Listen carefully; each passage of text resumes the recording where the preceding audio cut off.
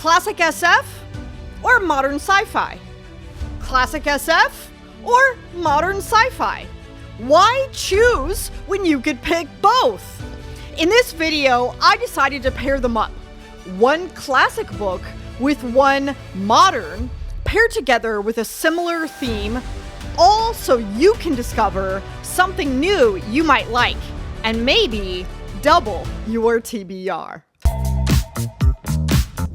So I want to encourage those of you who have been reading maybe only classic science fiction to try picking up a modern science fiction book. And for those of you out there who are only reading modern science fiction, try picking up one of the classics. I think it really expands your idea and understanding of the genre, and I hope will make you fall even more in love with science fiction. Now, definition reminder for my channel.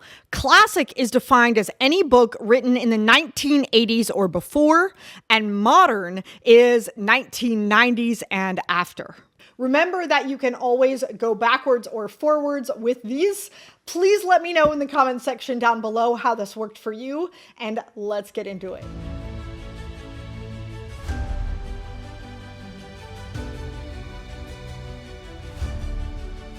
The first one, in absolutely no order whatsoever, we have the trope of repeat lives, living the same life or the same day over and over and over again. The classic installment of this is going to be Replay by Ken Grimwood. And the modern installment of this is going to be The First 15 Lives of Harry August by Claire North. Both of these books do a really good job, but as you can tell, they approach the problem a little bit differently, which makes them a fun comparison. The next pair is paired together because this uses clones as an expendable resource for exploration. So the classic book that does this is going to be Rogue Moon by Aldous Buttress.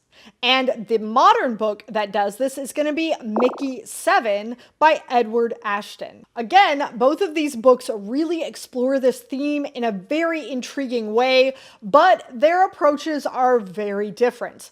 Again, an incredible comparison if you're up for it. The next one we have are paired together because they both do time travel, but they focus specifically on what this would do to one particular character, and they both have a love story. The classic version of this is going to be End of Eternity by Isaac Asimov, paired with the modern book 11/22/63 by Stephen King. I know, not a common pair that I would usually put together, but you can't deny they both have very similar elements. Next is going to be The Human-Minded Dog. That's right, we're talking about a dog who, through an experiment, has been given the gift of human intelligence and is told through the dog's perspective. Both these books have that in common. We're going to start with the classic book Sirius by Olaf Stapleton, and that's going to be paired with the modern book Dogs of War by Adrian Tchaikovsky. Come on, you guys, you knew Tchaikovsky was going to be on this list, but I am so surprised how similar these stories are. Next, we're going to get into a space opera adventure story with some hard science. And it is through that hard science that we reveal our climax. The classic installation of this is Inherit the Stars by James P. Hogan. And the modern pairing is Revelation Space by Alastair Reynolds. And that's right, I'm not going to tell you specifically what revelation they got for the climax of each of these books because they are very different, but boy, do they both rely on that hard sci-fi and that fun, expansive universe to really explain everything. Next, we have two books that share an emphasis on hard science and world building in such an extreme way that both authors kind of forgot about the plot and loved to explore the world and the ramifications of the hard science. For the classic installation of this, I'm talking about Mission to Gravity by Hal Clement. And the modern installation of this is going to be Incandescence by Greg Egan. And you know both of these authors really dive deep into the hard science of the worlds. So these two are a match made in heaven. The next one are probably some of the most superficial comparison here, but is also the most relevant. And that is a simple scientific-based exploration of Mars. We have, in the classic side, Sands of Mars by Arthur C. Clarke, paired with Mars by Ben Bova. These two books definitely emphasize only what could actually really happen, and they focus on the astronauts going to explore a Mars that doesn't have any of the things that we know Mars doesn't have. For example, it doesn't have an atmosphere, and everybody needs to wear suits on the planet, etc., etc. These books were fantastic and may appear in some future videos. The next ones are paired together because they are both interesting interpretation of Plato's allegory of the cave, one of my favorite philosophical works of all time. The classic book for this is going to be Orphans of the Sky by Robert Heinlein, which is a novella. And we're going to pair it with a modern novella of The Practice, the Horizon, and the Chain by Sofia Samatar.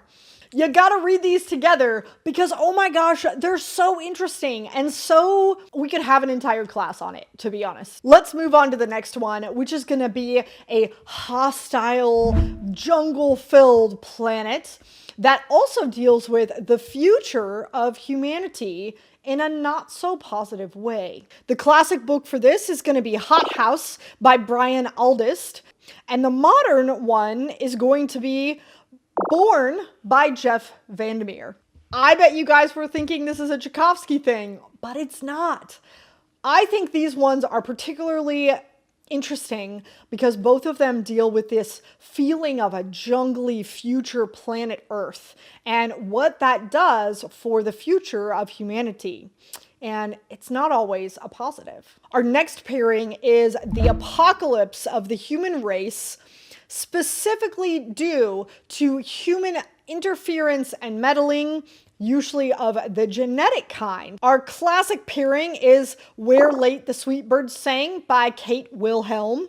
And our modern pairing is going to be Orcs and Crake by Margaret Atwood. Both books were written by women, and both books have a lot to say about how genetic engineering may or may not be the end of us. The next pairing is one that I was shocked at the similarities and the plot for, and that is going to be how Earth fights back against humans via the sea. The classic pairing of this is going to be The Kraken Wakes by John Wyndham, and we're going to pair that with the modern book The Swarm by Frank Schatzing. I know I have talked about The Swarm a lot, but I have to tell you, The Kraken Wakes is almost the exact same story with a little bit less politics and intensity. It was really good, and I highly recommend both of these books. They're definitely up my alley. The last pairing on this video is going to be